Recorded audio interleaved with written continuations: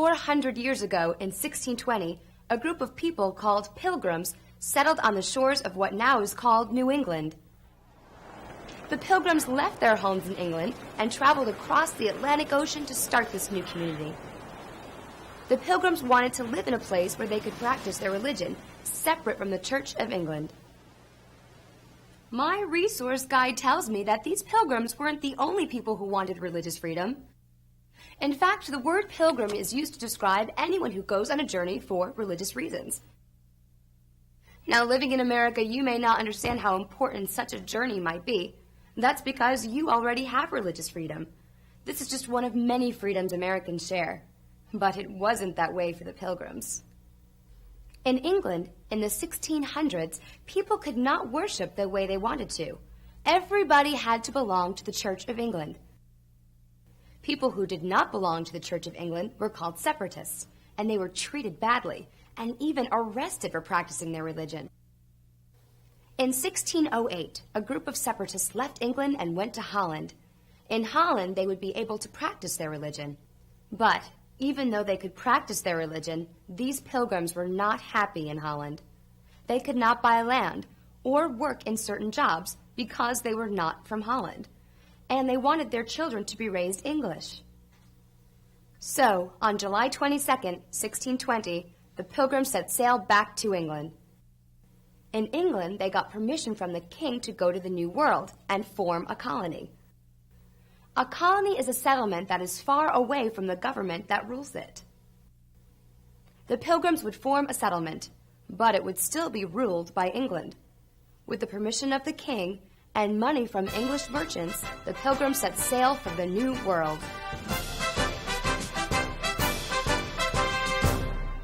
I know it's in here somewhere. Ah, here it is. This is a list of all the passengers who left England with the Pilgrims. It seems that over half of the people who took this historic journey were going for some other reason. Some were merchants, some were servants, and some, well, who knows? Maybe they were just looking for adventure. On August 15th, 1620, two ships called the Mayflower and the Speedwell set sail from England. The ships had to turn back twice because of leaks on the Speedwell. Finally, on September 16th, 1620, the Mayflower set sail alone, with 102 passengers aboard. For 2 months, the passengers on the Mayflower survived the many storms at sea. Some people became ill due to seasickness. One man died, and one child was born. Finally, in November of 1620, the Mayflower reached the shores of the New World. The ship was supposed to land near the Hudson River. However, because of dangerous seas, they chose to land on Cape Cod, in what is now the state of Massachusetts. This area was not part of an English colony, so it was not ruled by England. The passengers of the Mayflower knew that they needed to have a government once they left the ship. So they wrote the Mayflower Compact. A compact is an agreement or a contract. Before leaving the Mayflower, the Pilgrims left in groups to explore the coast around Cape Cod. One of these groups found an area of land where Native Americans had once lived. The area had a stream, a high hill, and land that had already been cleared. The Pilgrims decided to make this area their new home. On December 21st, 1620, the Pilgrims founded Plymouth Plantation. Plymouth was the second English settlement in America, but the first in the area we call New England. Landing in New England at the beginning of winter proved to be very hard for the Pilgrims. Cold weather and frozen soil made it difficult to build homes and find food. Because there was no shelter when the Pilgrims arrived, they stayed on the Mayflower until a shelter could be built on their new land. Of the 102 people who set sail from England on the Mayflower, only 50 survived. 20 of the survivors were children. In the spring of 1621, a Native American named Samoset walked into the Pilgrims' village.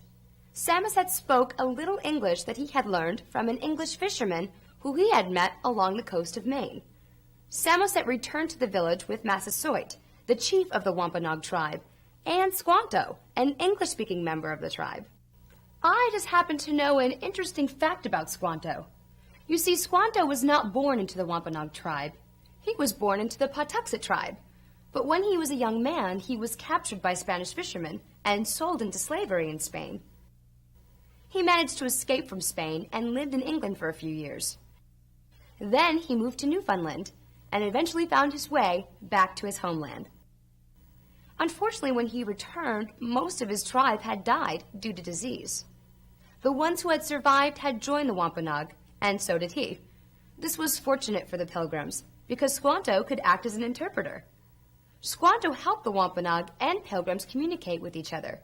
He had helped to put together a peace treaty between the Wampanoag and the Pilgrims. Squanto and the others helped the Pilgrims in many ways. The Pilgrims came from a very different land. They were not used to the natural resources they found in the New World. The Wampanoag, who had lived on this land for thousands of years, taught the Pilgrims how to fish, hunt, and grow food. Squanto helped teach the Pilgrims how to plant corn and fertilize the land with fish. The Pilgrims and the Wampanoag also traded goods. The Pilgrims had tools and blankets to trade. The Wampanoag offered furs and land in return. And two groups agreed to help protect each other from attacks by unfriendly tribes in the area. The Pilgrims and the Wampanoag may have cooperated, but the two groups were very different. Each group had its own religious beliefs. They dressed differently, and they lived in different kinds of shelter. But each group, like all people, had the same basic needs. They needed food, shelter, and clothing. And because their village was so small, everybody at Plymouth had to work, even the children. Planting the crops was hard work. Men would spend most of their days in the field, planting many things, but mostly corn, called maize. Boys over the age of 7 were expected to help their fathers raise crops. Men and boys would also fish and hunt. Girls generally stayed at home to work with their mothers. They would help their mothers clean and do other chores. Women grew gardens of seed plants that they had brought from England. Women and girls milked the cows and goats in the village and were in charge of the cooking. Cooking was a little different in Plymouth. People didn't have ovens inside their homes. When women needed to bake bread, they would use the community oven, located in the center of the village. It was shared by all the women of the plantation. Children in Plymouth had plenty of time to help with chores because there were no schools in the village. However, the Pilgrims thought it was very important to know how to read Scripture from the Bible. So many parents took the time to teach their children how to read and write. Although the children of Plymouth had busy lives working and learning, they also found time for fun. Older children would run races or use sticks to pretend to sword fight. Younger children used bubble pipes to blow bubbles. And children would amuse themselves by teasing each other with riddles. Here's one that stumped me. Let's see if you can figure it out. What is full during the day and empty at night? Give up? Shoes. Although the colonists in Plymouth found ways to have fun, they were very serious about how their village should be run. Like most communities, Plymouth had its own government. The government was set up to help make Plymouth a better and safer place.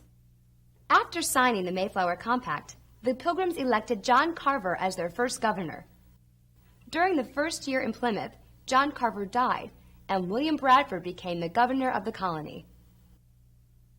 The governor and the free men in the colony would meet once a year to discuss problems in Plymouth, but women did not have a role in government of the colony.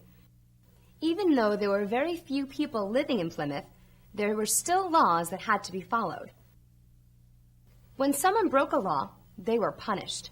Some criminals would be put to death, but most crimes resulted in a whipping, a fine of money, or sitting in the stocks.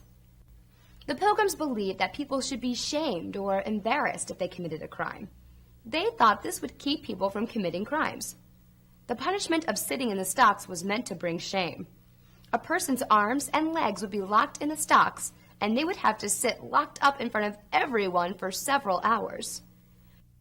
The Pilgrims wanted to keep themselves safe from crime within their community, but they also had to make sure they were safe from outside attackers.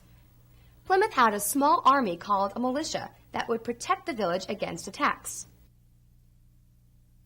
every man between the ages of 16 and 60 had to serve in the militia. These men were trained to use swords and guns called muskets. The Pilgrims also built a large wall called a palisade around their fort and meeting house. Behind the large palisade walls sat cannons ready to defend the people of Plymouth against attack.